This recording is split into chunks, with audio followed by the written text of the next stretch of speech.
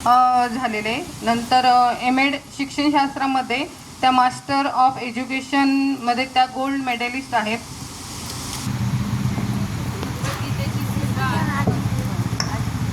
भगवद्गीता ही रणांगणावर सांगितली गेली होती आणि जेव्हा युद्धाला सुरुवात होणार होती तेव्हा शंखनाद झाला होता. तर आजही आपल्या मनामध्ये सतत द्वंद्व चालू आहे आणि या युद्धाचा प्रारंभ होतोच आहे.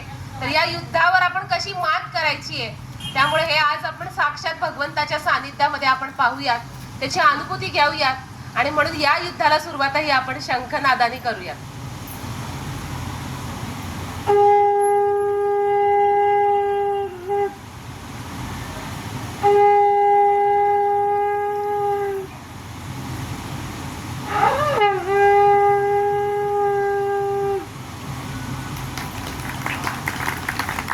वंशी विभूषित करान्नवनीरदाभात पीतांबरां तरुणबिंब फलाधरोष्ठात् पूर्णेन्दु सुंदर मुखादरविंद नेत्रात् कृष्णात् परं किमपि तत्त्वमहं न जाने. वसुदेवसुतं देवं कंसचाणूरमर्दनम् देवकी परमानंदं कृष्णं वंदे जगद्गुरुं. कृष्णं वंदे जगद्गुरुं. साक्षात भगवान श्रीकृष्णाचा अधिष्ठान असणाऱ्या भागवत कथेच्या इथे आज मला प्रवचन रूपी सेवा करण्याची संधी मिळते. यासारखं भाग्य ते कुठलं. खरं तर तुमच्या सारखीच मी ही अगदी सामान्य स्त्री आहे आणि तुमच्यासारखीच तुमच्यामध्येच असणारी, पण आज फक्त एक थोडीशी तुमच्यापेक्षा जास्त आवड म्हणा किंवा लहानपणापासून त्या वातावरणात राहिले असल्यामुळे म्हणा की ती आवड जास्त असल्यामुळे भगवंतानी थोडी किंचित काकणभर कृपा माझ्यावर जास्त केली आहे आणि म्हणून आज फक्त 4 पायऱ्या वर चढून व्यासपीठावर बसून हा बोलण्याचा सन्मान मला प्राप्त झालाय. म्हणून मी या श्रीकृष्णाचे मनापासून अभिवादन करते आणि आजच्या या प्रवचन रूपी सेवेला प्रारंभ करते. आपल्याला सगळ्यांनाच माहिती की कुठलीही गोष्ट जर जुळून यायची असेल तर त्याला एक चांगलं अधिष्ठान असावं लागतं. 5 गोष्टी असाव्या लागतात तेव्हा ती गोष्ट चांगली जुळून येते असं म्हणतात. अधिष्ठानम भगवद्गीतेमध्येच असं म्हटलेलं आहे, अधिष्ठानम तथा कर्ता करणंच पृथक विधान विविधाश पृथक चेष्टा दैवम चैवात्र पंचमम. कुठल्याही गोष्टी जर जुळून यायच्या असतील तर 5 गोष्टींची आवश्यकता असते. एक तर कर्ता, ती कर्ता कोण आहे, त्यानंतर अधिष्ठान कशाचं आहे, त्यानंतर तुमचं करण म्हणजे तुम्ही काय कुठलं कर्म करणार आहे ते करण असणं आवश्यक आहे.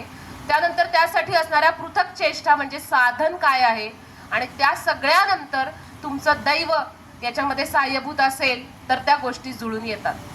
तर आज असंच झालेलं आहे की आज ही 8 दिवसांची किंवा 7 दिवसांचा हा भागवत सप्ताह इथं जो संपन्न होतोय त्याच्यासाठी मावशींच्या मनामध्ये ती इच्छा निर्माण झाली, अधिष्ठानम तथा कर्ता, की मावशींना वाटलं की मला इथे भागवत करायचे आणि त्यानंतर तुमच्या सर्वांची त्यांना मिळालेली साथ आणि त्यानंतर महाराजांकडनं ती सेवा इथं उपलब्ध होणं, त्या तारखा येणं, हे सगळं दैव लागतं. श्रीकृष्णाच्या मनात हे आलं होतं म्हणून आज आपण सगळेजण या भागवत रूपी सागरामध्ये तुम्ही हा आनंद घेत आहात.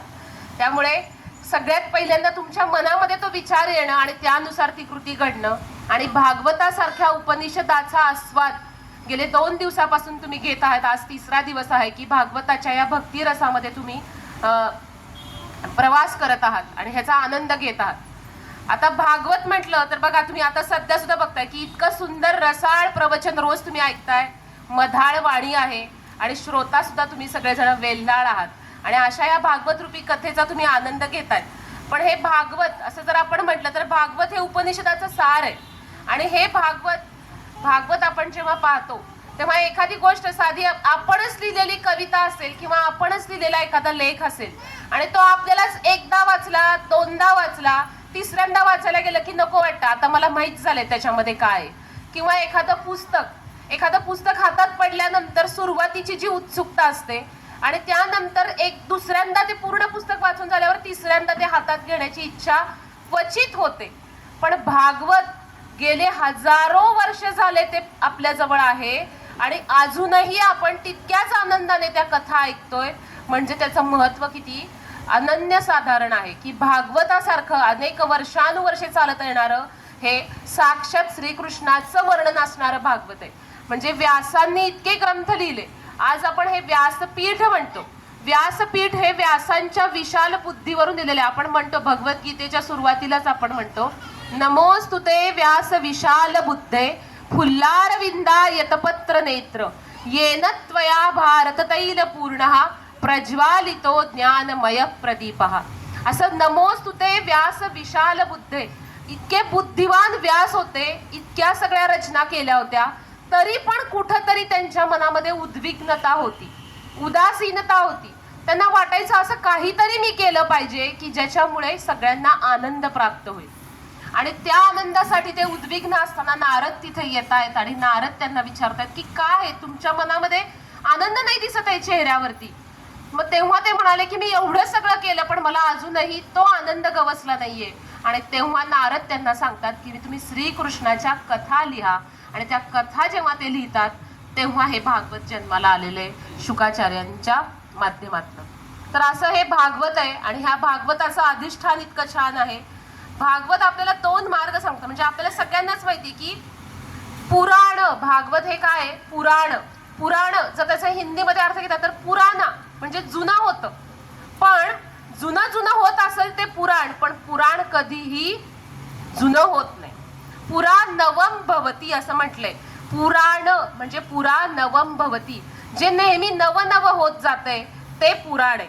असं म्हटलंय की सौंदर्य कसं असतं एखाद्या गोष्टीचं, जे नित्य नूतन असतं. म्हणून भगवान शंकर सुद्धा पार्वतीला म्हणतात की हे गीता तत्व कसं आहे, तर पार्वती तू जशी रोज नित्य नवीन मला दिसते तसं हे गीता तत्व सुद्धा मला रोज नित्य नवीन दिसतं.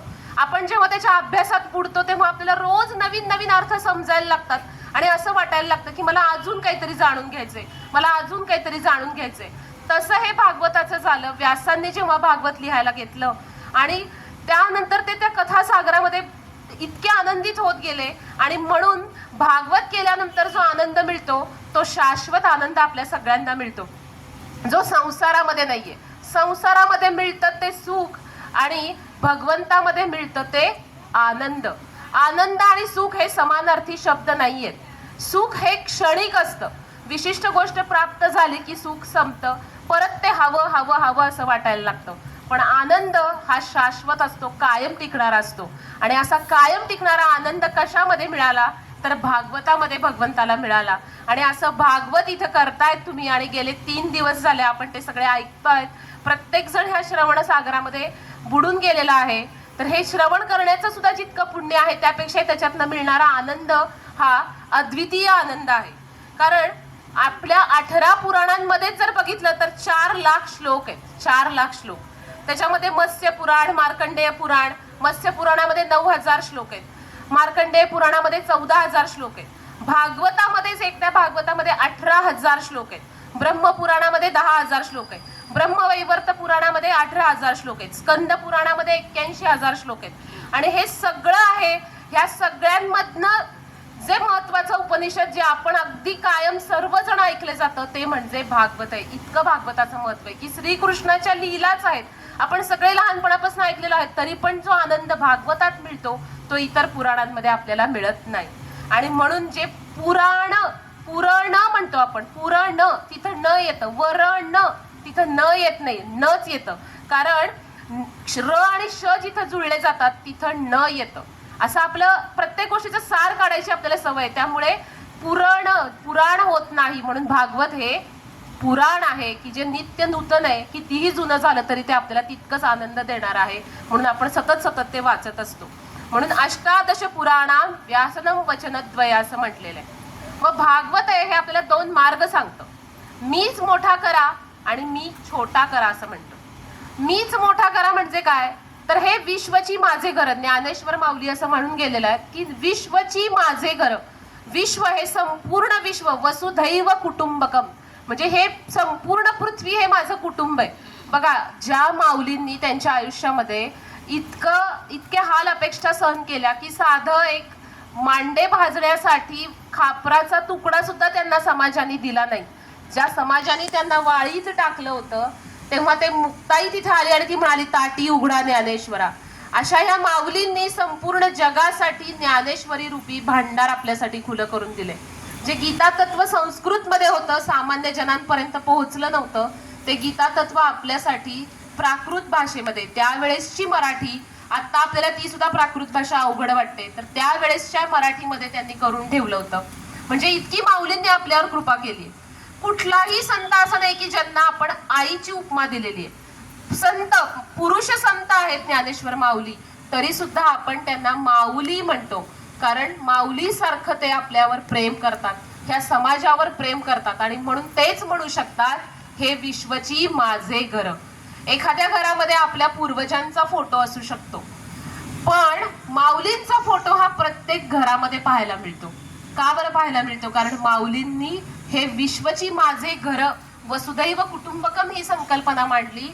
संपूर्ण समाजाला त्यांनी कुटुंब मानलं आणि समाजावर आईसारखं प्रेम केलं, आणि म्हणून त्यांचा फोटो आज घराघरात पाहायला मिळतो.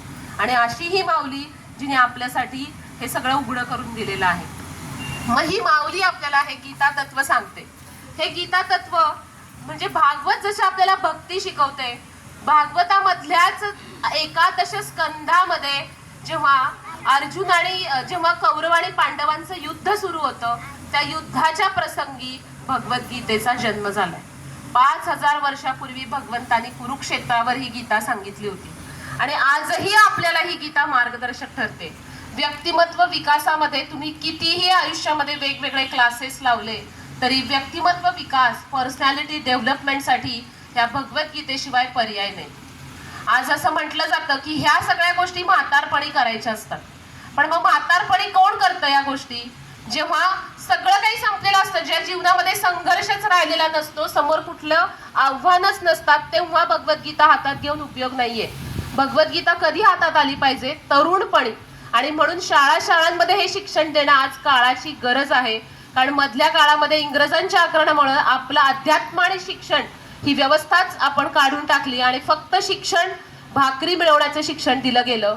पण अध्यात्माबरोबर जर शिक्षण दिलं असतं तर आजची पिढी डिप्रेशनमध्ये गेली नसती आणि तरुणांच्या आत्महत्या घडल्या नसत्या. कारण साक्षात भगवद्गीता सांगणारा श्रीकृष्ण तरुण आहे आणि भगवद्गीता ऐकणारा अर्जुन तरुण आहे.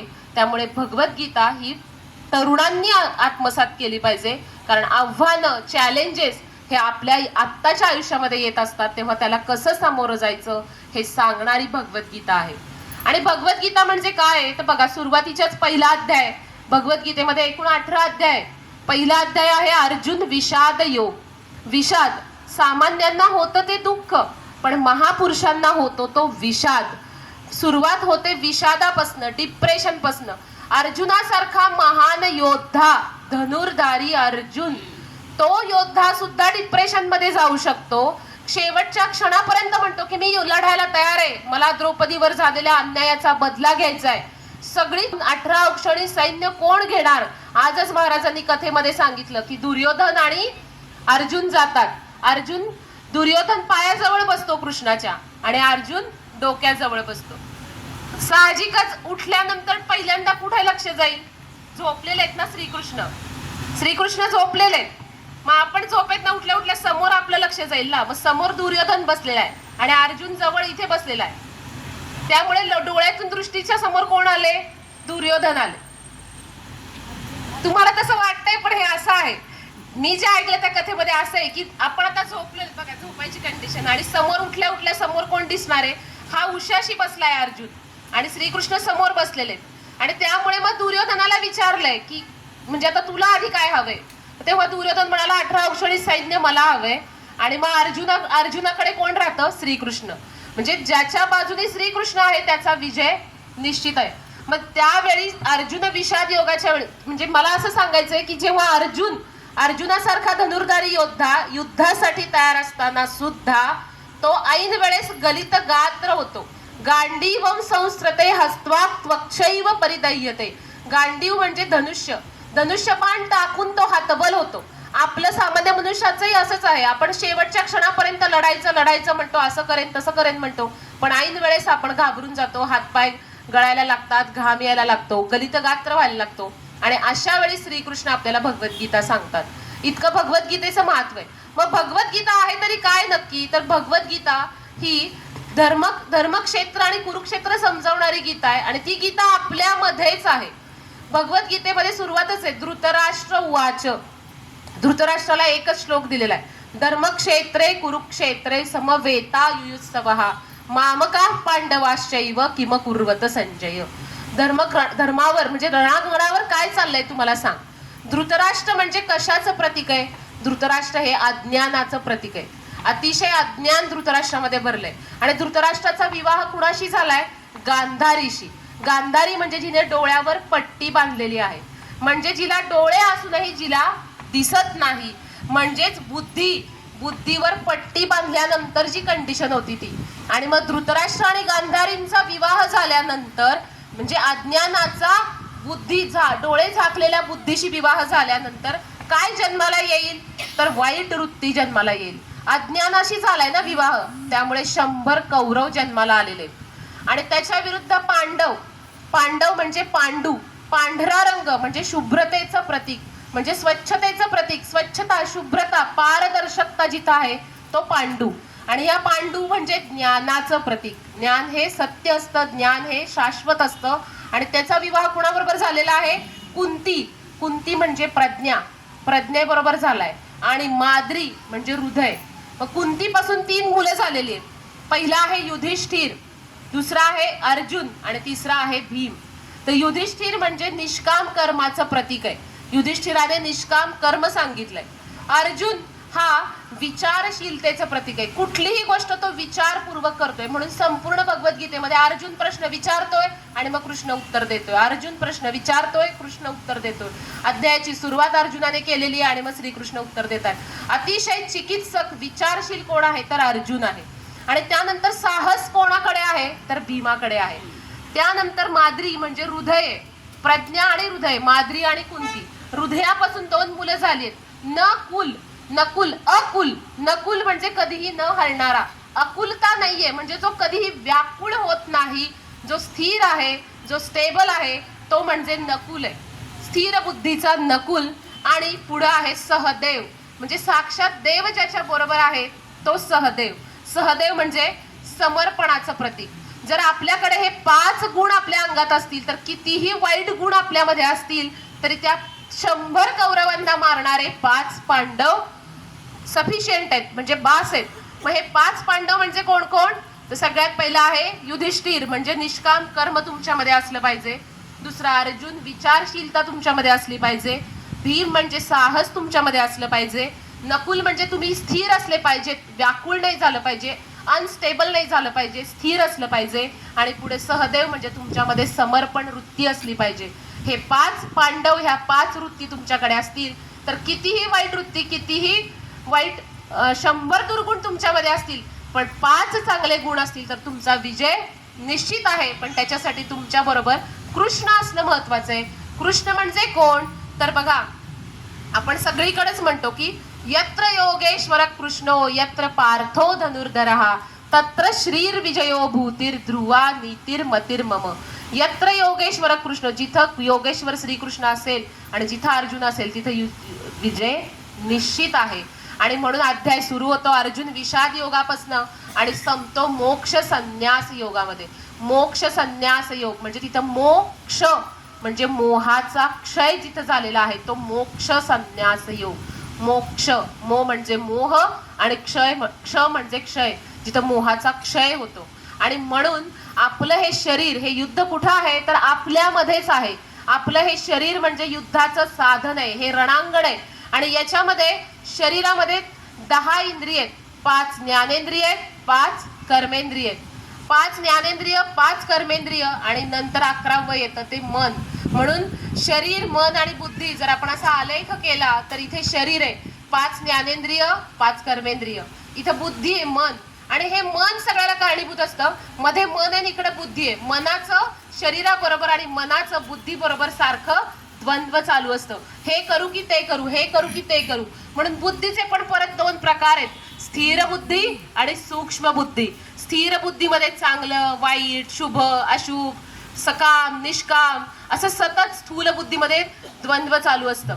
आणि सूक्ष्म बुद्धी म्हणजे काय, जे सूक्ष्मतेकडे नेते, म्हणजे आत्मा आणि जड पदार्थ, शाश्वत काय आहे, अशाश्वत काय आहे, नित्य काय आहे, अनित्य काय आहे, याच्याकडे नेणारी जी असते ती सूक्ष्म बुद्धी असते.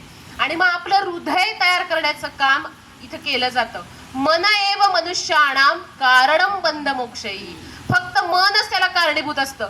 माझं मन माझ्या बंधनाला आणि माझ्या मोक्षाला कारणीभूत असतं. बहिणाबाई सुद्धा म्हणतात ना, मन वढाय वढाय उभ्या पिकात ढोर, आता होतं भुईवर कवा गेलं आकाशात. म्हणजे कधी ते कुठे, आता सुद्धा तुम्ही इथे आहात, पण येताना मी कुलूप लावलंय का? मनात जर शंका आली, मी गॅसचं बटन बंद केलंय का? मग आपल्या मनात जर शंका आली तर आपलं मन इथे राहत नाही, आपण मनामध्ये स्थिर राहत नाही, आपलं मन तिथे असतं, मी खरंच गॅसचं बटन बंद केलंय का, गिझरचं बटन चालू होतं का, हे सगळ्यात शंका. म्हणून मन एव मनुष्याणाम कारणम बंध मोक्षही.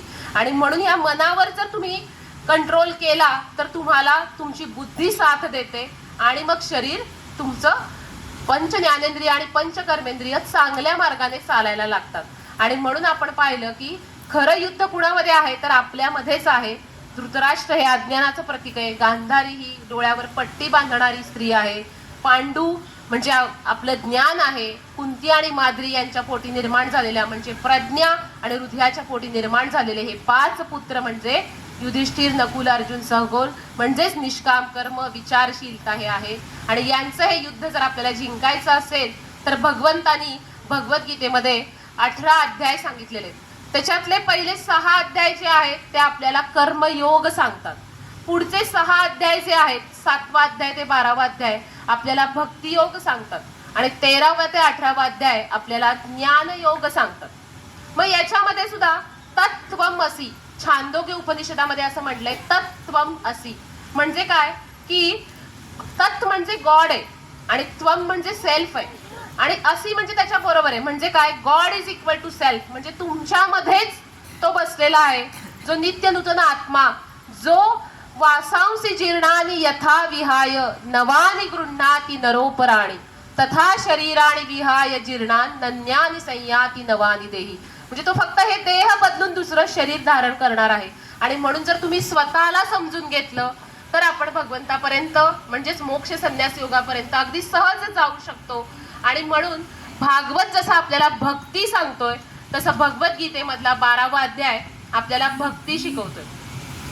मग ही भक्ती आपल्याला कधी जमेल तर अगदी साधंच अगदी उदाहरण देते की एक शिष्य असतो, त्याचे सगळं शिक्षण पूर्ण होतं आणि शिक्षण झाल्यानंतर तो गुरूंकडे जातो आणि म्हणतो मला तुम्हाला काहीतरी गुरुदक्षिणा द्यायची. गुरु म्हणाले अरे राहू दे, माझं कामच आहे, माझं कर्तव्य आहे की मी समोरच्याला शिकवून त्याला ज्ञानी करणं हे माझं कर्तव्य आहे. मी काही कुठल्या अपेक्षेने कर्म नाही केलेलं आहे, माझं कर्मच आहे ते, मला काहीच नको. तरी पण शिष्याचा आग्रह असतो मला तुम्हाला काहीतरी द्यायचंय, मला तुम्हाला काहीतरी द्यायचंय.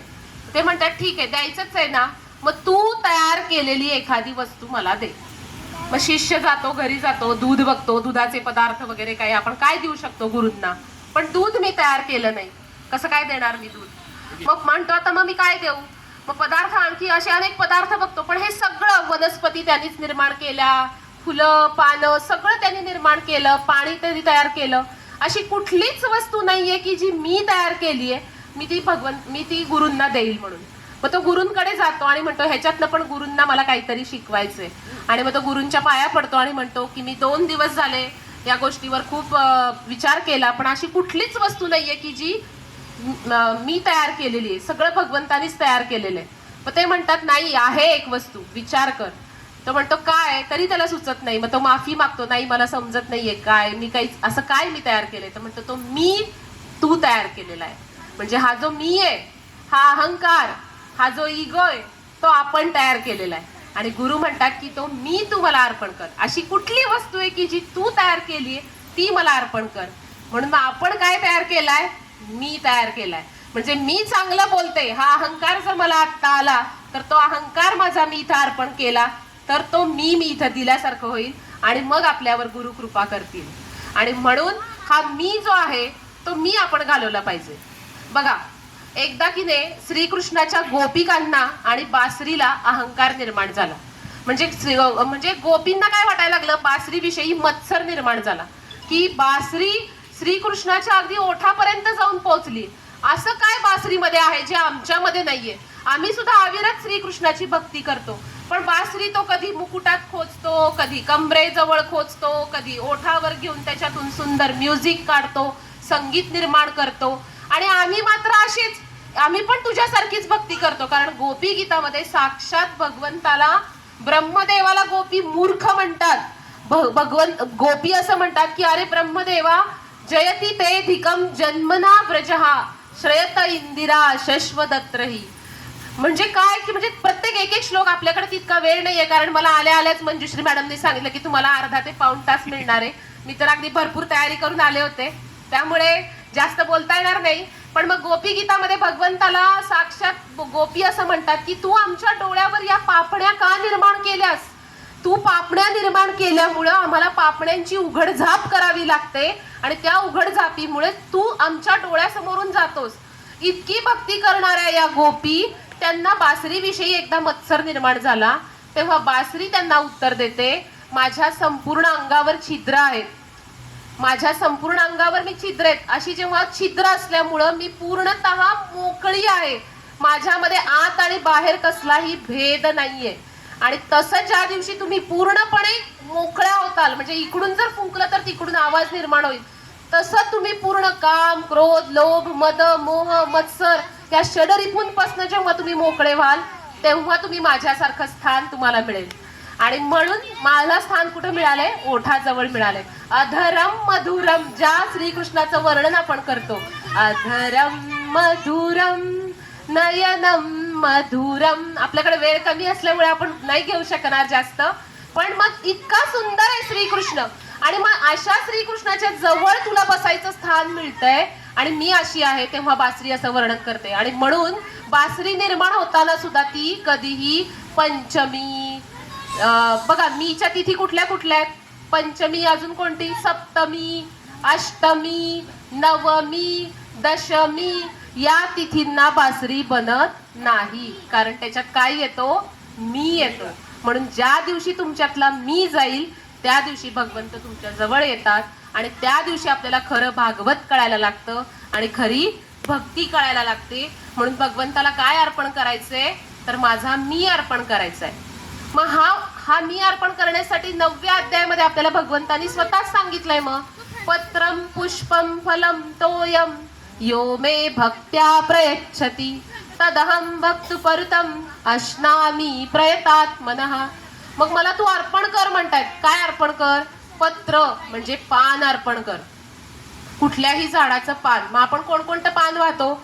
बघा, भगवान शंकराला आपण बेलाचं पान वाहतो, श्रीकृष्णाला आपण तुळशीचं पान वाहतो.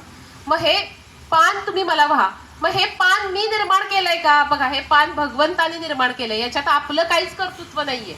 बघा, श्रीकृष्ण, आपण पांडुरंगाला किंवा कुठल्याही देवाला नैवेद्य दाखवायचा असेल, श्रीकृष्णार्पणमस्तु म्हणतो, पण त्या नैवेद्याच्या ताटामध्ये जर तुळशी पत्र नसेल तर तो नैवेद्य कृष्णाला अर्पण होत नाही. आणि म्हणून आपण कालच रुक्मिणी अष्टकामध्ये पण बघितलं ना, तोलण्या कनकास वे कृष्णास भामासिद्धती रुक्मरत्ने भूषणे त्या टाकिली नच तोलती भीमकीची तुळस पडता तोल झाला त्या क्षणी वंदितो मी आदिशक्ती कृष्ण भक्ती रुक्मिणी. म्हणजे जेव्हा सत्यभामेला गर्व झाला होता, नारद मुनीच म्हणाले की अगं तुझ्यापेक्षा रुक्मिणीवर श्रीकृष्णाचं जास्त प्रेम आहे. कारण रुक्मिणी आणि श्रीकृष्ण हे भक्तीचं प्रतीक आहे. रुक्मिणीसारखी भक्ती श्रीकृष्णाची कुणीच केलेली नाहीये. आणि त्यामुळे नारद जेव्हा सत्यभामेला म्हणतात की तुझ्यापेक्षा जास्त प्रेम रुक्मिणीवर आहे, तेव्हा सत्यभामा म्हणते की मी तुला करेल. मग एका पारड्यामध्ये श्रीकृष्णाला ठेवते आणि दुसऱ्या पारड्यामध्ये सगळं सोनं टाकते. तिच्या घरामध्ये आहे नाही तेवढं सोनं टाकते, तरीही तुला काही होत नाही. अंगावरचं सोनं काढून टाकते, तरीही तुला होत नाही. आणि मग शेवटी ती रुक्मिणीकडे येते आणि रुक्मिणीला म्हणते, ताई आता काय करू? तेव्हा रुक्मिणी म्हणते, जा तुळशीचं एक पान तोड आणि ते वाहा. तेव्हा त्या सोन्याच्या तुलेमध्ये ते तुळशीचं छोटंसं पान ठेवते, तेव्हा तुला बरोबर होते आणि श्रीकृष्ण तोलला जातो. म्हणून तिथं म्हटलेलं आहे की असं म्हटलेलं आहे की जिथं पान अर्पण केलं की भक्ती होते. मग आपण रोजच पान अर्पण करतो, मग आपल्याला का बरं भगवंत भेटत नाही? मग असं कुठलं पान आपण अर्पण केलं पाहिजे? तर सगळ्यात महत्वाचं म्हणजे पान म्हणजे हलकं होणं. बघा, वाऱ्याच्या झुळकीने सुद्धा पान उडतं, हलतं. पान हलतं म्हणून आपल्याला हवा मिळते, ऑक्सिजन मिळतो. म्हणजे पान कसं आहे? हलकं आहे. त्या पद्धतीने जेव्हा आपण सुद्धा हलके बनू, आपण सध्या जड आहे. जड म्हणजे काय? फिजिकली नाही, आपल्या बुद्धीमध्ये कितीतरी विकार भरलेले आहेत आणि ह्या विकारांनी आपण जड झालेलो आहे आणि त्यामुळे तो वाहताना सुद्धा अहंकार येतो. मी आज 108 पानं शंकराला वाहिली, मी आज 108 तुळशी श्रीकृष्णाला वाहिली आणि स्टेटसला, मी स्वतः स्टेटसला ठेवते. म्हणजे आपला हा अहंकार आहे. कसा भेटेल श्रीकृष्ण आपल्याला? म्हणजे आपण लगेच फोटो काढतो, मी आज पानं वाहिली, लगेच ते स्टेटसला जातं. मी माझ्या सहवासात येणाऱ्या मैत्रिणींना सांगते, आज गोकुळाष्टमी होती आणि मी 1008 पानं श्रीकृष्णाला वाहिली. झालं, तिथंच आपलं सगळं गेलं. म्हणजे ज्या दिवशी आपण हलके बनू, हलके म्हणजे फक्त तू आणि मी, त्याच्यामध्ये कोणी नाही. जसं शबरी आणि रामाची भक्ती होती की ती त्याची वाट बघायची, रोज तो रस्ता साफ करायची. कितीतरी वर्ष तो रस्ता साफ करत होती श्रीकृष्णाची वाट बघण्यासाठी. शबरीसारखा त्याग, शबरीसारखं कर्तृत्व कुणाचं नाहीये. बघा, शबरी ही भिल्ल जातीची होती आणि जेव्हा तिचं लग्न ठरलं तेव्हा त्यांच्या समाजामध्ये अशी प्रथा होती की तिथं सगळं नॉनव्हेज जेवायला दिलं जायचं. आणि मग तिला बघितलं की माझं लग्न ठरलं आणि माझ्या दारामध्ये सगळ्या बकऱ्या येऊन थांबलेल्या आहेत. मग ती आईला विचारते, इतकं का बरं आलेल्या आहेत ह्या बकऱ्या? तर ती म्हणते की उद्या तुझं लग्न करायचंय ना, तर तिथं सगळ्या गावाला, संपूर्ण गावाला आपल्याला जेवण द्यायचंय आणि ह्या बकऱ्यांना तिथे कापलं जाणार आहे. तिचा जीव कळवळला आणि म्हणाली की नाही, मग मी लग्नच करणार नाही. आणि म्हणून ती पळून निघाली आणि मग इकडे जाऊन त्या ऋषींच्या आश्रमाच्या वर झाडावर जाऊन लपली. दिवसभर सगळ्यांनी शोध घेतला पण ती काही सापडली नाही. मग रात्र झाल्यानंतर ती खाली उतरली. मग हळूहळू ऋषींना समजायला लागलं इथं कोणीतरी कन्या आहे की जी आपला रोज रस्ता साफ करते, आश्रम स्वच्छ करते, आश्रमातली भांडी घासतीये. ऋषींना समजत होतं, त्या आश्रमातच राहिली. मग एके दिवशी ऋषी म्हणाले, तू अशीच सेवा करत राहा, राम तुला नक्की भेटतील. आणि म्हणून आयुष्यभर राम राम करत तिने तो सगळा आश्रम साफ करायचा, भांडी धुवायची. एक ना एक दगड, राम माझे राम येतील तर त्यांच्या पायाला दगड लागू नये म्हणून दगड सगळे काढायचे. अशी अनेक वर्ष तिने वाट पाहिल्यानंतर राम प्रभू तिला मिळाले. आणि तेव्हाही बघा, लक्ष्मणाला वाटायचं काय राम ही उष्ट बोर करते आणि त्याला देते, कारण त्या माऊलीचं ते हृदय तसं होतं की माझ्या रामाला आंबट बोर लागू नये, माझ्या रामाला किडकं बोर लागू नये, एखादी आळी माझ्या रामाच्या पोटात जाऊ नये. इतकं जेव्हा शुद्ध भाव होतं, इतकं जेव्हा हलकं होतं, तेव्हा खऱ्या अर्थाने पत्र म्हणजे देहरूपी पान आपण भगवंताला अर्पण केला असा भाव येतो. म्हणून 9व्या अध्यायात म्हटलंय, पत्रम पुष्पम फलम तोयम. पत्रम म्हणजे जेव्हा असं पत्र तुम्ही व्हाल देवाला, तेव्हा तुम्ही भगवंताचे व्हाल, तेव्हा तुमची खरी भक्ती तिथं निर्माण होईल. आणि भक्ती योगामध्ये म्हणजे 12व्या अध्यायामध्ये हीच भक्ती अपेक्षित आहे. म्हणजे 9व्या अध्यायात सुरुवात आहे की तुम्ही काय काय करा, पण भक्तीचा अर्थ तिथून चालू होतो. 1 ते 6 कर्मयोग आहे आणि 7 पासून 12 पर्यंत भक्ती योग आहे. मग 9व्या अध्यायात भगवंत सांगतात की तुम्ही पत्र पानासारखे हलके व्हा, तेव्हा भगवंतापर्यंत पोहोचवा. पुढे आहे पुष्पम. पुष्प म्हणजे काय? झाडाला लागलेली फुलं. आज काय गणपतीचं आहे म्हणून मी जास्वंदीची फुलं तोडली, लाल फुलं तोडली, इकडे शंकरासाठी पांढरी फुलं, सुवासिक फुलं तोडली आणि ती मी भगवंताला अर्पण केली. मग त्याचीच फुलं घेतली आणि त्यालाच अर्पण केली. भगवंत मिळतील का? खरी भक्ती होईल का? मग त्याच्यासाठी कुठलं पुष्प व्हायला पाहिजे? तर तुमचं मन, तुमचं सुमन. पुष्पाला समानार्थी शब्द आहे सुमन. ज्या दिवशी तुमचं मन हे पुष्पासारखं होईल, सुगंधित होईल, चांगलं बनेल, ते मन तुम्ही भगवंताला अर्पण केलं तर भगवंत तुमचे होतील. पुढे आहे पत्रम पुष्पम फलम. फल व्हायचे. कुठलं फळ? आपण भगवंताला जे सफरचंद मिळतं, सफरचंद दिलं, सुपारी दिली, नारळ दिला, झालं का? मग ते तर भगवंतानीच तयार केलंय आणि तेच आपण भगवंताला दिलं. तर मग आपण काय भक्ती केली? मग आपल्याला कुठलं फळ व्हायचंय? तर आपल्याला कर्म फळ व्हायचंय. आपलं निष्काम कर्म. आपलं तर कसं असतं, बायकांचं तर जास्त असतं. अगदी साधं छोटंसं उदाहरण देते. आता 2 जावा असतील आणि घरामध्ये जर कोणी पाहुणे आले, आता आलेत, मग आता एका जावेने, मोठ्या जावेने चहा केला आणि दुसरी जाऊ ट्रे मध्ये चहा घेऊन आली, मग तिने चहा दिला, मग यांना काय वाटतं पाहुण्यांना, हिनेच चहा दिलाय आपल्याला म्हणून. पण जावेला आतमध्ये जिने चहा केलेला असतो, मोठ्या ताईंना, त्यांना कुठे धीर असतो, त्या बाहेर येतात, कसा झालाय चहा, म्हणजे काय दाखवलं आपण की चहा मी केला होता, छान झाला होता. हा, म्हणजे कुठं ना कुठेतरी हा मी सारखा डोकावत असतो. मग कसं निष्कर्म होईल? निष्कर्म होणं म्हणजे आहे ते जे कर्म आहे त्याच्यामध्ये कुठलीही कर्तृत्व पण स्वतःकडे न घेता ते कर्म भगवंताला अर्पण करणं म्हणजे नैष्कर्म्य होय. मग हे निष्काम कर्म अर्पण करायचे म्हणून भगवंत दुसऱ्या अध्यायात सांगतातही, कर्मण्येवाधिकार असते मा फलेषु कदाचन मा कर्म फल हेतुर्भू मा ते संगोस्त्व कर्मणी. असं हे कर्म तुम्हाला अर्पण कर. म्हणजे पत्र म्हणजे शरीर आपलं पानासारखं हलकं होणं, फूल म्हणजे कोणतं, सुमन म्हणजे माझं चांगलं मन भगवंताला अर्पण करायचंय, पुष्पम म्हणजे कुठलं पुष्प व्हायचंय तर आपलं सुमन, फलम म्हणजे कोणतं फल, निष्काम कर्माचं फल भगवंताला अर्पण करायचंय. आणि पुढे आहे तोयम, तोय म्हणजे पाणी. कुठलं पाणी भगवंताला अर्पण करायचंय, जे आपलं आहे जे निर्माण झालेलं पाणी, ते पाणी घेतलं आणि तेच भगवंताला अर्पण केलं तर भगवंत त्याच्यात आपलं काय कर्तृत्व, ते पाणी आपण तयार केलं नाहीये, फक्त ते घेण्याचं कर्म केलं आणि ते भगवंताला अर्पण केलं तर भगवंत आपल्यावर प्रसन्न होतील का? तर आपल्याला भगवंताला आपल्या डोळ्यातलं पाणी व्हायचंय. आपली भक्ती इतकी वाढली पाहिजे की भक्तीमध्ये आपल्याला रडू यायला पाहिजे, सतत दिवस रात्र भगवंता वाचून आपल्याला करमलं नाही पाहिजे. आणि तेव्हा आपल्याला जे विरहाने भगवंताच्या अभंगांमधनं, त्याच्या गाण्यांमधनं जेव्हा आपल्या डोळ्यामध्ये पाणी येईल, आपण जितके भावुक होऊ तेव्हा ते जे पाणी निर्माण होईल ते पाणी आपल्याला भगवंत चरणी अर्पण करायचे, तेव्हा ती खरी भक्ती होईल. म्हणून भगवंत असं सांगतात की पत्रम पुष्पम फलम तोयम यो मे भक्त्या प्रयच्छती. आणि मग ह्या अशी जेव्हा तुमची भक्ती होईल तेव्हा आपलं खरी भक्ती आपली साध्य झाली असं म्हणता येईल. मग ह्या भक्तीसाठी बघा तळमळ असली पाहिजे. मग आपण भगवंतासाठी स्तोत्र गातो. स्तोत्र आणि मंत्र यामध्ये फरक असतो. स्तोत्र म्हणजे स्तुती, कुणीही आपली स्तुती केली की आपल्याला चांगलं वाटतं. म्हणजे अगदी साधी साडी जरी आपण नवीन घेतली आणि बाहेर गेलो आणि आपली मैत्रीण जर आपल्याला म्हणलीच नाही दिवसभरामध्ये छान आहे ग साडी, तर आपल्याला कुठेतरी वाटतं की आज काहीतरी राहिलंय, आपल्याला कुठेतरी मन खट्टू व्हायला लागतं. म्हणजे इतकं मनुष्याला ऍप्रिसिएशन हवं असतं. एखादं गाणं म्हटलं, एखादं कविता म्हटली, कविता लिहिली की आपण त्याला ऍप्रिसिएशन करतो, म्हणजे स्तुती करतो. स्तुती केली की कुणालाही आवडते, तसं भगवंताला पण त्याची स्तुती आवडते. मग भक्तीमध्ये आपण त्याची स्तुती करतो म्हणजे स्तवन करतो. आणि मंत्र म्हणतो मननात जायते इति मंत्र, हा म्हणजे मनाने जे म्हणतो, मनात केलं जातं ते मंत्र.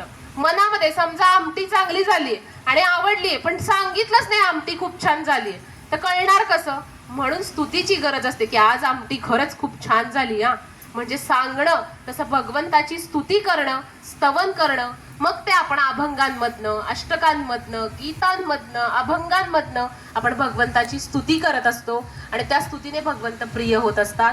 आणि मंत्राने आपण मनामध्ये मंत्र म्हणतो आणि मंत्रातून आपण भगवंताला जवळचे होत असतो. आता कीर्तन पण केलं जातं. कीर्तन हा जर शब्द घेतला तर तो क्रू या धातूपासून बनतो. कीर्ती, किरण, मग हे क पासून बनतात. मग कीर्तन म्हणजे काय तर भगवंताच्या गुणांचा प्रसार करणारं साधन म्हणजे कीर्तन. ज्या कीर्तनामध्ये भगवंताच्या गुणांचं आपण वर्णन करत असतो आणि ते सगळीकडे पसरवत असतो. मग अशा कीर्तनातनं आपलं काय तयार होत असतं किंवा भागवताच्या अभ्यासातून आपलं काय तयार होतं तर आपली दृष्टी तयार होते. भागवत आपल्याला एक दृष्टी देत असतो. नजर पाहते आणि नजरच सगळं काही ठरवते. नजर पहाया नजर कुणी मज द्या रे, असं सुधीर मोघेंनी सुद्धा म्हटलंय की नजरेतून सगळं होत असतं. मग दृश्य म्हणून बघा ध्यानामध्ये सुद्धा आपण जेव्हा बसतो तेव्हा भगवंताच्या चरणापासून, भगवंताच्या पायाच्या बोटापासून ते भगवंताच्या चेहऱ्यापर्यंत आपण एकेका गोष्टीचं ध्यान करत येत असतो. नजर त्या प्रत्येक ह्याच्यावर आपण नजर केंद्रित करत असतो. म्हणून भागवत आपल्याला जीवनाकडे बघण्याची एक दृष्टी देते. भक्ती आपल्याला जीवनाकडे बघण्याची एक दृष्टी देत असते. त्यानंतर भागवत काय किंवा भगवद्गीता काय आपल्याला काय सांगते? शोक मोह भयापहा, आपल्यातला शोक मोह आणि भीती घालवतो.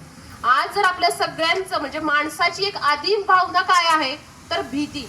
आपल्याला प्रत्येक गोष्टीची भीती, कोण काय म्हणेल याची भीती आहे. प्रत्येक ठिकाणी आपण कुठलीही गोष्ट करायला जातो ती भीतीतून करायला जातो. म्हणून 16व्या अध्यायामध्ये भगवंत सांगतात दैवी गुण आणि आसुरी गुण.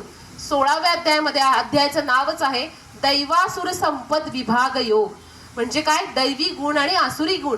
त्यामध्ये सगळ्यात पहिल्यांदा सांगितलंय अभयम सत्व संशुद्धीर ज्ञान योग व्यवस्थिती दानंदमश्च यज्ञश्च स्वाध्यायस्तपार्जवम. म्हणजे सगळ्यात पहिल्यांदा तुम्हाला काय करावं लागेल तर तुमची भीती घालवावी लागेल. अभयम सगळ्यात पहिला गुण. तुम्हाला भगवंतापर्यंत जायचं असेल तर तुमच्यामध्ये काय असलं पाहिजे? अभय असलं पाहिजे. आणि मग पुढे तुम्ही अभ्यासाने इतर गोष्टी मिळवू शकता. आणि मग 12व्या अध्यायामध्ये जसा 12वा अध्याय हा भक्तियोग असला तरी आपण एक एक अध्याय करत येत असतो. मग 9व्या अध्यायामध्ये आपल्याला अजून एक महत्वाचा श्लोक भगवंत सांगतात अनन्यास चिंतयन्तो मां ये जना पर्युपासते तेषां नित्याभियुक्तानां योगक्षेमं वहाम्यहम्. म्हणजे तुम्ही अनन्य चित्ताने जर भगवंताचं झालात तर तुमचा योगक्षेम सुद्धा तो वाहतो. आजच जसं गुरुजींनी आपल्याला सांगितलं की आपल्याला कशाचीच आवश्यकता नसते. रस्त्यावर जर कुत्र जरी असलं तरी त्याची सुद्धा तहान भूक तो भागवतो. किड्या मुंग्यांची तहान भूक सुद्धा तो भागवतो. आपल्याला काही कशाचीच गरज नाहीये. पण जे हवं हवं हवं आपलं आहे ते जेव्हा नको नको नको होतं तेव्हा भक्तीची सुरुवात होते, तेव्हा भागवताची सुरुवात होते. म्हणून असा जर योगक्षेम तुमचा व्हायचा असेल तर तुम्ही अनन्य चित्ताने त्याच्यापर्यंत त्याच्यावर विश्वास ठेवला पाहिजे, तेव्हा भक्तीला सुरुवात होते. आणि मग 12 अध्यायामध्ये अर्जुनाच्या प्रश्नाने सुरुवात होते एवं सतत युक्ता ये भक्तास्त्वां पर्युपासते येचाप्यक्षरमव्यक्तं तेषां के योगवित्तमाः. म्हणजे अर्जुन प्रश्न विचारतोय आणि मग भगवंत सांगतात मय्यावेश्य मनो ये मान नित्ययुक्ता उपासते श्रद्धया परयोपेतास्ते मे युक्ततमा मताः. म्हणजे इथून भगवंत आपल्याला सांगायला लागतात की काय काय कर. आणि मग त्याच्यामध्ये ते अभ्यास, तू अभ्यास कर. अभ्यासेप्य समर्थोसी मत्कर्म परमो भव. अभ्यासाने तू हे साध्य कर. आणि मग त्याच्यामध्ये ते काही गुण आपल्याला सांगतात. मी इथं हायलाइट करून आणलेले आहेत ते. एवढे गुण जरी आपल्यामध्ये आले तरी आपल्याला भक्ती समजली आणि भक्तियोग साध्य झाला असं होईल. कुठला श्लोक आहे तो? अद्वेष्टा सर्वभूतानां मैत्र करुण एवच निर्ममो निरहंकार समदुःख सुखक्षमी. अद्वेष्टा सगळ्यात पहिलं कारण आहे की आपण कुणाचाही द्वेष करता कामा नये. सर्व भूतानां प्रत्येकाप्रती आपला समभाव असला पाहिजे. मैत्र करुण एवच करुणा असली पाहिजे, मैत्रीयुक्त संबंध असले पाहिजे. निर्ममो निरहंकार कुठल्याही बाबतीत माझं माझं नकोय, नको नको असलं पाहिजे. निर्ममो निरहंकार अहंकार आपला गेला पाहिजे, मी गेला पाहिजे. समदुःख सुखक्षमी दुःख सुख दुःख आपल्याला एक वाटले पाहिजे. संतुष्ट सततम योगी यतात्मा दृढ निश्चयः मय्यर्पित मनो बुद्धिर यो मद भक्त समे प्रियः. भगवंत सांगतात मय्यर्पित मनो बुद्धिर माझ्या प्रती अर्पित झालेली बुद्धी जर असेल तर ती मला प्रिय आहे. पुढे म्हणतात यस्मान्नो द्विजते लोको. परत हर्षामर्ष भयोद्वेग. किती वाजले सांगा नाही तर काही वेळ लागेल. किती वाजले? 10 वाजले. 10 वाजले. थांबायचंय का? आणि मग पुढे अनपेक्ष शुचिर दक्ष उदासीनो गतव्यतः सर्वारंभ परित्यागी योमद भक्त समे प्रियः. उदासीन उदासीन उदासीनचा जर आपण हे केलं तर उद म्हणजे काय? वर जाणार. बघा उत्तीर्ण हा शब्द आपण म्हणतो. म्हणजे या इयत्तेतून त्या इयत्तेमध्ये तो उत्तीर्ण झाला. म्हणजे उद या धातूपासून त्याची सुरुवात झाली. मग उत्तीर्ण होणं म्हणजेच काय? उद म्हणजे वर जाणारा. मग वर जाऊन बसलेला. मग वर जाऊन कोण बसलेला आहे की ज्याच्या चित्ताला दृष्टीला समत्व प्राप्त झालेला आहे तो उदासीन असतो. म्हणजे सुख आणि दुःख आले तरी त्या दोन्ही स्थितीमध्ये तो स्थितप्रज्ञ राहतो. स्थित म्हणजे स्थिर आणि प्रज्ञ म्हणजे बुद्धी. त्याची बुद्धी स्थिर राहते. तो सुखानेही विचलित होत नाही आणि दुःख आलं तर त्याच्यामध्ये हुरळूनही जात नाही.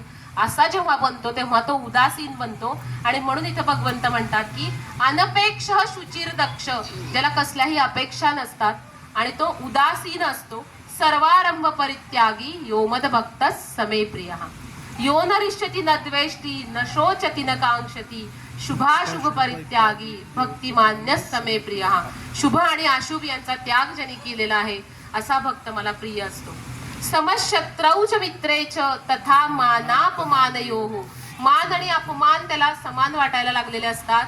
आणि जो सम असतो शीतोष्ण सुख दुःखेषु शीत आणि उष्ण गरम आणि थंड पदार्थ ज्याप्रमाणे ज्याच्यामध्ये तो भेद करत नाही, जे येईल ते श्रीकृष्णार्पण वस्तू म्हणून स्वीकारत राहतो असा भक्त मला प्रिय असतो. तुल्य निंदा स्तुतिर्मौनी संतुष्टो येन केनचित. आता बघा, तुल्य निंदा स्तुतिर्मौनी. इथून मी बाहेर पडले आणि तुम्ही मला काहीच म्हणाले नाहीत, अरे रेवती तू खूपच छान प्रवचन केलं, पण मला कुणीच काही बोललं नाही आणि मला रात्रभर झोप आली नाही. खरंच माझं काही चुकलं का? मी खरंच काही हे झाले का? म्हणजे मी कशाची अपेक्षा केली? स्तुतीची. तुल्य निंदा स्तुतिर्मौनी. आणि समजा काय रेवतीने प्रवचन केलं, सगळं डोक्यावरून गेलं. म्हणजे निंदा सुद्धा सम मानता आली पाहिजे आणि स्तुती केली तरी ती सम मानता आली पाहिजे. दोन्ही मध्ये जर मी स्थिर राहिले तर मला भगवंत म्हणजे श्रीकृष्णाची मी खरी भक्ती केली. तुल्य निंदा स्तुतिर्मौनी. आता निंदेवर आता विषयच निघालाय तर एक गोष्ट सांगते. निंदा किती वाईट असते, अगदी सहज आपण बोलून जातो. म्हणूनच म्हटलेलं आहे की इथं कंट्रोल असला पाहिजे, कारण आपलं मन फार चंचल आहे. चंचलम ही मन कृष्ण प्रमादी बलवत दृढम. म्हणून अभ्यासानेच आपण त्याला स्थिर करू शकतो. तर निंदा इतकी साधी गोष्ट आहे, अगदी सहज आपल्याकडनं होऊन जाते. आता एक असंच पूर्वीच्या काळी कसं होतं, आता आपल्याकडे दूध आपण डेअरीवर जाऊन आणतो, पण आता बघा थोडा 5000 वर्षापूर्वीचा काळ आठवा. त्या काळामध्ये गवळणी डोक्यावरती हांडा घेऊन दूध विकायला जायच्या. मग तेव्हा आता निंदेचं पातक किती असतं, म्हणजे निंदेवरून सांगते. तुल्य निंदा स्तुतिर्मौनी. मग निंदा कशी असते बघा, एका ब्राह्मण व्यक्तीच्या घरी श्राद्ध असतं आणि श्राद्धासाठी काही ब्राह्मणांना बोलवलेलं असतं. आज त्या ब्राह्मणांना खीर करायची असते आणि त्या काळामध्ये ती गवळण दूध घेते, डोक्यावर तो दुधाचा हांडा घेते आणि दूध घ्या म्हणून विकायला निघते. त्याच वेळी तिथं वरून आकाशातून एक गरुड निघालेला असतो. गरुडाचं भक्ष्य काय असतं? साप. गरुडाने नुकतीच एक शिकार केलेली असते आणि एक अगदी विषारी सर्प त्यांनी आपल्या तोंडामध्ये धरलेला असतो, चोचीमध्ये धरलेला असतो. आणि सापाचं कर्म काय असतं? गरळ ओकडे. साप नेहमी आपली गरळ टाकत असतो, विष खाली टाकत असतो. आता ती गवळण आहे, तिच्या डोक्यावरती तो हांडा आहे. तिला माहित नाहीये ती दूध विकायला निघाली, दूध घ्या म्हणून. वरती तो गरुड निघालेला आहे, गरुडाच्या चोचीमध्ये साप आहे. सापाने गरळ टाकायला आणि ते बरोबर ती गरळ त्या गवळणीच्या माठातल्या त्या हांड्यातल्या दुधामध्ये पडते. गवळणीला हे माहित नाहीये. दूध घ्या विकायला. नंतर तो ब्राह्मण म्हणतो की आज माझ्या घरी मला खीर करायची आहे, म्हणून मग तो त्याच्याकडनं ते संपूर्ण दूध तो पूर्ण हांडा विकत घेतो आणि त्या हांड्यातल्या दुधापासून खीर बनवली जाते आणि सगळे ब्राह्मण जेवायला बसतात आणि खीर वाढली जाते. खिरीमध्ये काय असतं? विष असतं. जेवल्याबरोबर एक जण मृत्युमुखी पडतात. ज्या दिवशी त्या ब्राह्मणाच्या घरी त्याचं पितरांसाठी ते जेवण घातलेलं असतं, श्राद्ध असतं, पण त्या दिवशी त्याच्या घरामध्ये सगळे ब्राह्मण मृत्युमुखी पडतात. मग आता वरती ह्याचा न्याय निवाडा करायचा असतो. मग हे पाप कुणाला द्यायचं? मग त्यावेळी असं विचार विनिमय चालू असतो.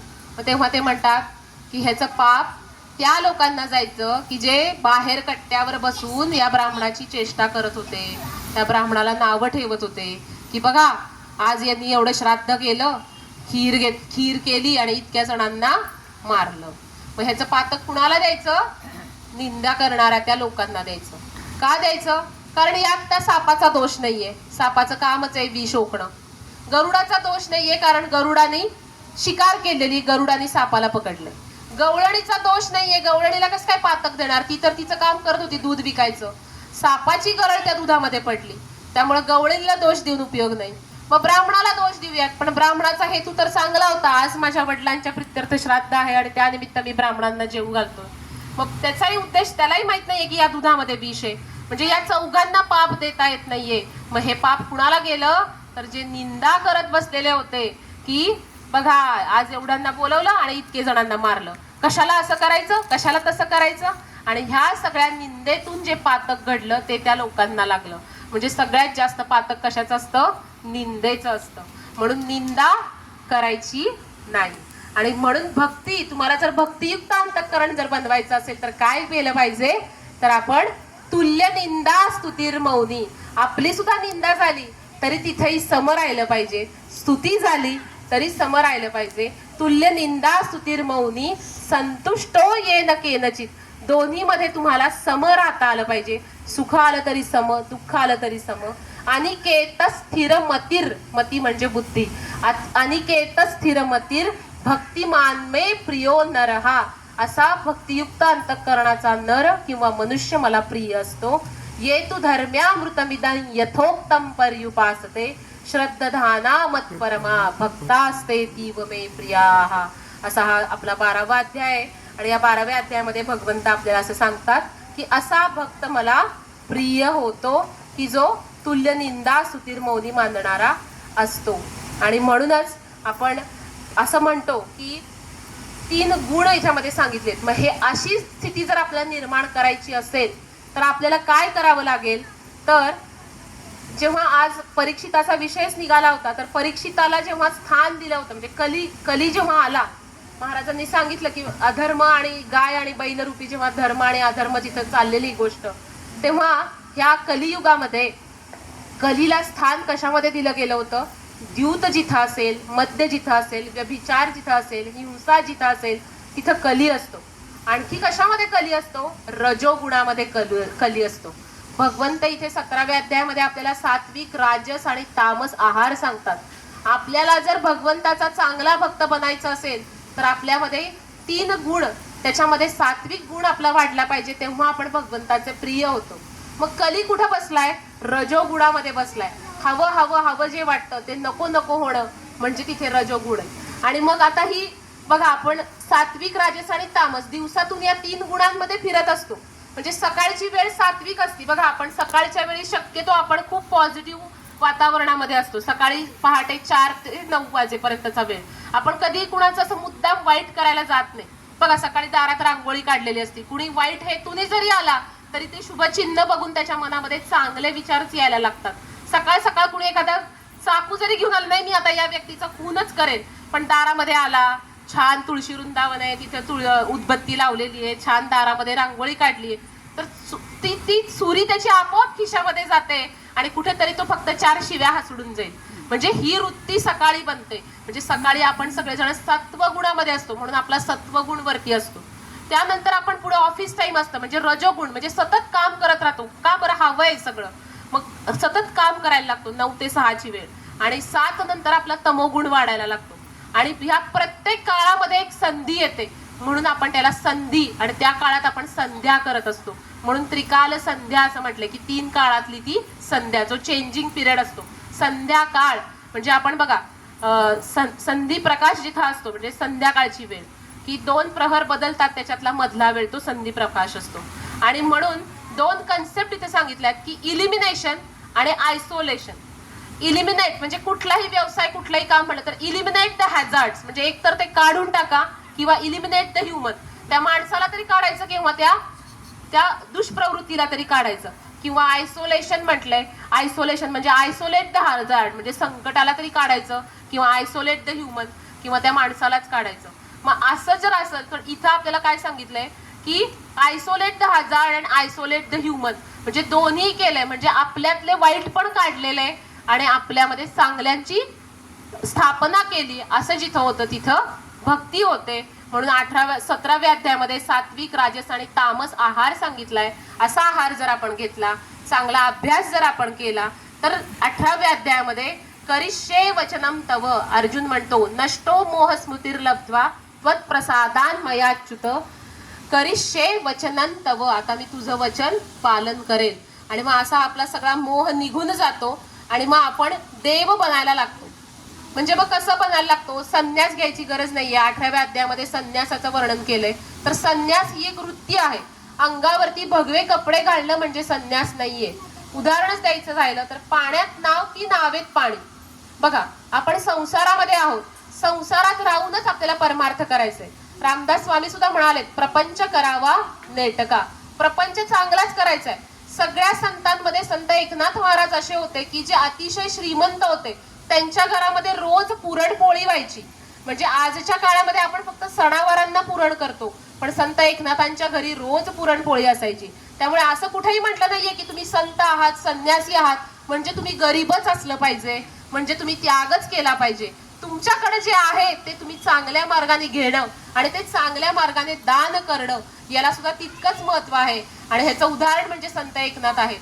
आणि म्हणून मग नावेत पाणी की पाण्यात नाव, जर नावेत पाणी गेलं तर नाव बुडणार, पण पाण्यात नाव असेल तर नाव तरणार. तसं आपल्यात संसार आहे का संसारात आपण आहोत याचा विचार आपण केला पाहिजे. कपडे कुठले घातलेत पण मनात काय आहे हे महत्वाचं आहे. वरती संन्याशाची कपडे घातलेत पण बघा ती गोष्ट सांगितली जाते की संन्यासाला एक चांदीची वाटी, एक नाणं पडलेलं असतं आणि एक धोबी कपडे धुवायला निघालेला असतो. आणि तो संन्यासी पण त्या तिथून तो साधू महाराज निघालेले असतात आणि त्यांना ते नाणं चमकलेलं दिसतं. मग ते बघतात, इकडे तिकडे बघतात, कोण आपल्याला बघत तर नाहीये ना, बघत तर नाहीये ना. मग आपण काय करू म्हणे, एक दोन जणांना विचारूयात कुणाचं आहे का, कुणाचं आहे का, नसेल तर ते ठेवून घेऊ आपल्यालाच. म्हणून ते विचारायला लागतात. तेव्हा तिथून एक धोबी चाललेला असतो जो रोज कपडे धुवायला त्याच मार्गाने जात असतो. त्यालाच ते विचारतात, हे तुझं आहे का? तो म्हणतो माझं नाहीये, गेले 8 दिवस झाले हे नाणं मी इथे बघतोय. पण त्या धोब्याला ते नाणं घेण्याची इच्छा झाली नाही, पण त्या संन्यासाला ते घेण्याची इच्छा झाली. म्हणजे वस्त्र कुठले घातलेत यापेक्षाही तुमचा मनावर किती ताबा आहे हे महत्वाचं आहे. तो धोबी साधारण मनुष्य रोज 8 दिवस त्या मार्गाने जातोय, 8 दिवस झाले ते नाणं बघतोय, ते चांदीचं नाणं असेल, सोन्याचं असेल, पण त्याला तो घेण्याचा मोह निर्माण झाला नाही. आणि हा संन्यासी कपड्यांमध्ये असूनही त्याला मोह निर्माण झाला. म्हणून नावेत पाणी की पाण्यात नाव हे महत्वाचं आहे. जसं की चिक्कूची बी आणि बोराची बी, मी नेहमी सांगत असते, बोराची बी कितीही चोखली तरी त्याला काही ना काहीतरी राहतच. आणि चिक्कूची बी चिक्कू कापल्या चिक्कूतून बाहेर पडते, निर्लेप असते. तसं तुम्ही संसारामध्ये जर संसार करत असूनही निर्लेप राहिला तर भगवंत तुमचाच आहे. म्हणून देव मनुष्य आपण म्हणतो की जो देतो तो देव असतो. जर आपल्याकडे भरपूर असेल तर देण्यामध्ये जो आहे तो देव, आणि जो राखून ठेवतो तो राक्षस असतो. राक्षस राखून ठेवणारा, आणि देव देतो, म्हणून जो देतो तो देव असतो आणि राखून ठेवतो तो राक्षस असतो. त्यामुळे आपण जर देत राहिलो तर नक्कीच आपण भगवंतापर्यंत पोहोचण्यासाठी तयार होऊ. आणि त्यामुळे बघा, भगवंतापर्यंत जर पोहोचायचं असेल तर ध्यान केलं पाहिजे.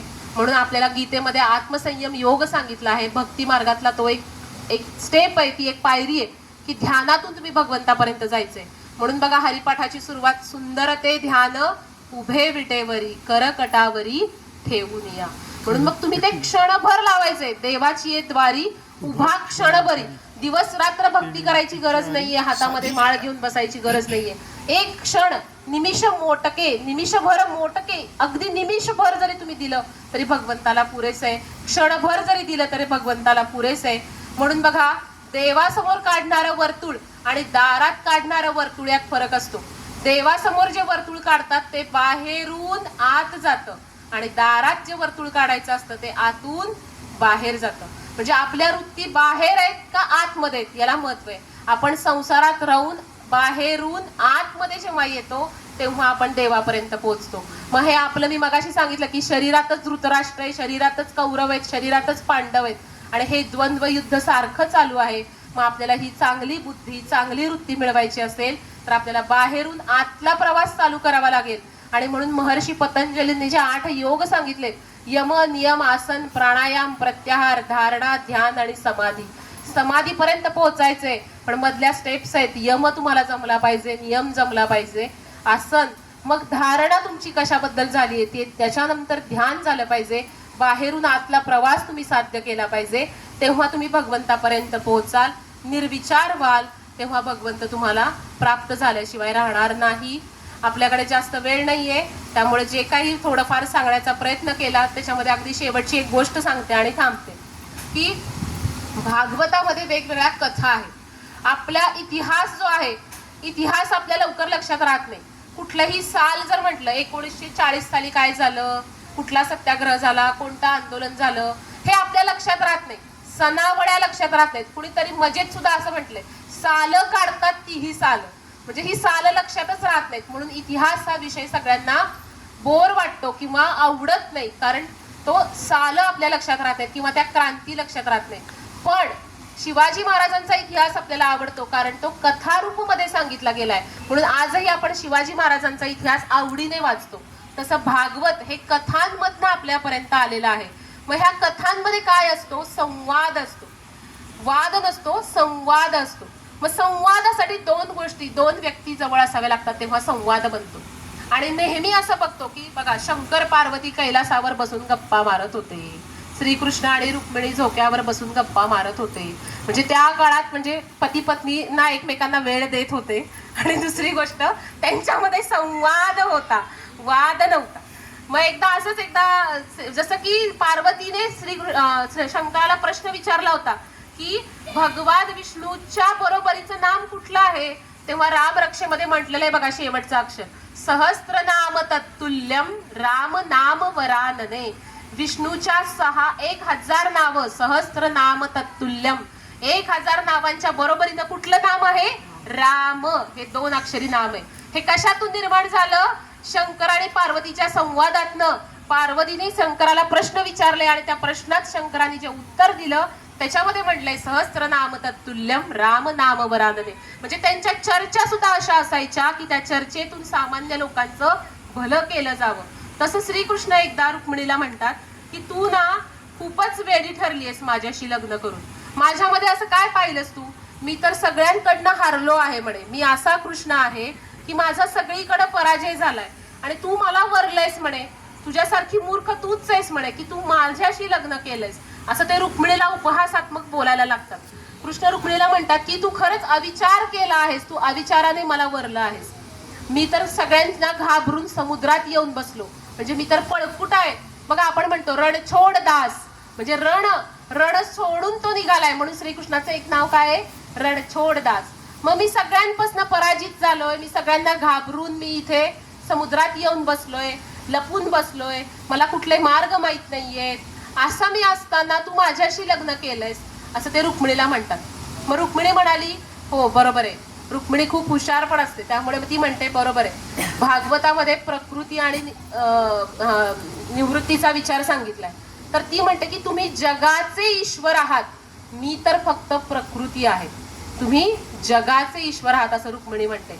तुम्ही मला तर प्रकृतीला फक्त अज्ञानी माणसं, तुम्हाला संपूर्ण जग भजतं. ज्ञानी कर्मी म्हणून आपण योगी ज्ञानी भक्त कर्मी इच्छिती तुझला मनी. म्हणजे योगी ज्ञानी सगळे लोक तुला भजतात, मी तर फक्त प्रकृती, अज्ञानी लोक माझं भजन करतात. त्यानंतर ती म्हणते की तुम्ही सत्व रज आणि तमाला बाजूला केलंय आणि तुम्ही चैतन्यात येऊन बसलाय. म्हणजे समुद्रामध्ये तुम्ही येऊन बसलायत, म्हणजे तुम्ही सत्व रज आणि तम यासारख्या सगळ्या राजांना पराभूत करून तुम्ही तुमच्या आत्मचैतन्यात, म्हणून आतला प्रवास जेव्हा करतो तेव्हा खरा आनंद मिळायला लागतो, म्हणून तुम्ही चैतन्यात येऊन बसलाय असं ती त्यांना म्हणते. त्यानंतर ती म्हणते की सगळ्या इंद्रियांचा, राजांचा तुम्ही पराभव केलाय, म्हणजे तुम्ही सगळ्या इंद्रियांना मारलेला आहे. तुम्ही इतके श्रेष्ठ आहात आणि तुमच्याशिवाय या जगात काहीच नाहीये, तुम्हीच सर्वस्व आहे. कारण तुम्ही, माझा कुठलाच मार्ग स्पष्ट नाहीये, पण तुमचा प्रत्येक मार्ग आहे, सिद्ध आहे. म्हणजे तुम्ही इतक्या युक्त्या केल्या की महाभारतातलं युद्ध सुद्धा पांडवांना जिंकून देणारे मार्ग तुम्हीच वेगवेगळ्या कृत्या केल्या आणि पांडवांना युद्ध जिंकून दिलं. म्हणजे रुक्मिणी इतकी हुशार होती, रुक्मिणी इतकी उदार होती, असा प्रत्येक गोष्टीतून ती स्वतःची हुशारी तर तिने दाखवलीच, पण श्रीकृष्ण कसे श्रेष्ठ आहेत हे दाखवून दिलं. म्हणून भागवत हे संवाद आहे. वेगवेगळ्या कथांच्या माध्यमातनं आपण वेगवेगळ्या गोष्टी शिकत असतो, वेगवेगळं तत्व आहे, पण ते कथांच्या माध्यमातून आपल्याला शिकायला मिळतं. म्हणून भागवत सगळ्यांना आवडतं आणि तेच भगवद्गीता आपल्याला सांगते. माऊलींनी आपल्याला ते प्राकृतात करून दिलं आणि सोपं केलं. परत काही वर्षांनी समाजाला विसर पडला, म्हणून एकनाथ महाराजांच्या स्वप्नात माऊली गेली आणि सांगितलं की माझ्या गळ्याला मुळी लागलीये, ती मुळी काढायला ये. आणि म्हणून एकनाथ परत गेले, मुळी काढली. म्हणजेच काय की त्या काळातल्या ज्ञानेश्वरीमध्ये अनेक जणांनी स्वतःच्या ओव्या घातलेल्या होत्या आणि त्या ओव्या घातल्यामुळे ज्ञानेश्वरीचा मूळ अर्थ संपत चालला होता आणि तो परत जो खरा अर्थ आहे तो समाजासमोर येणं गरजेचं होतं. म्हणून ज्ञानेश्वरांनी मुळी माझ्या गळ्याला लागली, तू ये ती मुळी काढ म्हणून सांगितलं. अनेक वर्षानंतर परत एकनाथ महाराज गेले, ती मुळी त्यांनी काढली. म्हणजे परत एकदा ज्ञानेश्वरीची शुद्ध प्रत जगासमोर आणली आणि ती ज्ञानेश्वरी संपूर्ण जगाला दिली. अशी ही ज्ञानेश्वर माऊली जिने आपल्या जगाला हे भगवद्गीता रूपी तत्व दिलं. आणि त्याच एकनाथ महाराजांनी नंतर एकनाथी भागवत लिहिलं.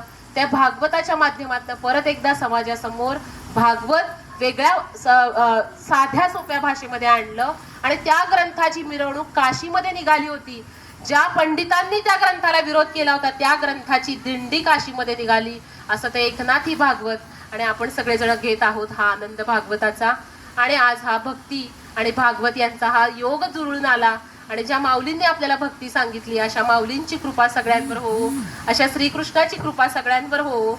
आणि शेवटी एवढंच म्हणून थांबते की जेव्हा भक्ती अन्नात शिरते तेव्हा ती प्रसाद बनते. भक्ती अन्नात शिरते तेव्हा प्रसाद होते. जेव्हा ती भुकेत शिरते तेव्हा तिचा उपवास होतो. जेव्हा ती पाण्यात शिरते तेव्हा तिचं तीर्थ बनतं. जेव्हा भक्ती प्रवासाला निघते तेव्हा तिला यात्रा म्हणतात. जेव्हा भक्ती संगीतात शिरते तेव्हा भजन आणि कीर्तन बनतं. जेव्हा ती लोकसंगीतात शिरते तेव्हा भारूड बनतं. जेव्हा भक्ती घरात शिरते तेव्हा घराचं मंदिर बनतं. जेव्हा भक्ती कृतीत उतरते तेव्हा ती सेवा बनते. आणि जेव्हा भक्ती माणसात शिरते तेव्हा ती माणुसकी बनते. तेव्हा ती माणुसकी बनते. तर अशी ही भक्ती आज आपण पाहिली. शेवटी लहान बाळ असतं, माझा तितका अधिकार नाहीये. अजूनही माझं स्टेटस येते म्हणजे अजून माझा अहंकार गेला नाहीये. ज्या दिवशी स्टेटस बंद होईल तेव्हा अहंकार संपला असं वाटेल. तर अशी कृपा माझ्यावर भागवताच्या रूपाने व्हावी. आज मला इथं माझ्या मैत्रिणीच्या माध्यमातनं, संपूर्ण कोळपकर परिवाराच्या माध्यमातनं, मावशींच्या माध्यमातनं आज मला भागवताच्या या मंचावर श्रीकृष्णाच्या भक्तियोगाबद्दल बोलण्याची संधी मिळाली. बहुता सुकृताची जोडी म्हणून विठ्ठले आवडी. खरंच कितीतरी अनंत जन्मांचं पुण्य करावं लागतं तेव्हा या मंडपात येण्याची इच्छा होते. या मंडपात आल्यानंतर सुद्धा अनंत जन्माचं पुण्य करावं लागतं तेव्हा भगवंताचं नाव तोंडात येतं आणि त्या भगवंताबद्दल बोलण्याची संधी मला या व्यासपीठावर मिळाली. म्हणजे खरंच अनेक जन्म मी बरंच पुण्य केलं असेल. त्या पुण्यामुळे आज मी इथं आहे. तर असंच भगवंताची कृपा माझ्यावर राहावी. जे काही तोडके मोडके बोल आहे ते वेडी वाकुडी उत्तरे, जसं लहान बाळ बोलायला लागतं तेव्हा आईला सगळेच वेडे वाकडे बोल प्रिय असतात, तसे तुम्ही सगळे वयाने, मानाने, सगळ्या बाबतीत, ज्ञानाने, सगळ्या बाबतीत माझ्यापेक्षा मोठे आहात. जे काही वेडे वाकडे बोल बोललेले आहेत ते माझे आहेत आणि जे काही भगवंतानी मला तासभर बोलण्याची संधी दिली ती फक्त भगवंताची कृपा होती म्हणून बोलू शकले. त्यामुळे माझं मला परत करा, जे काही चांगलं असेल ते घेऊन जा, एवढंच सांगेन. बोला ज्ञानेश्वर महाराज की जय. गोपाल कृष्ण भगवान की जय. पुंडली कवरधारी विठ्ठल श्री ज्ञानदेव तुकाराम आदि शक्ती मुक्ताबाई की जय. पंढरीनाथ भगवान की जय. वाह.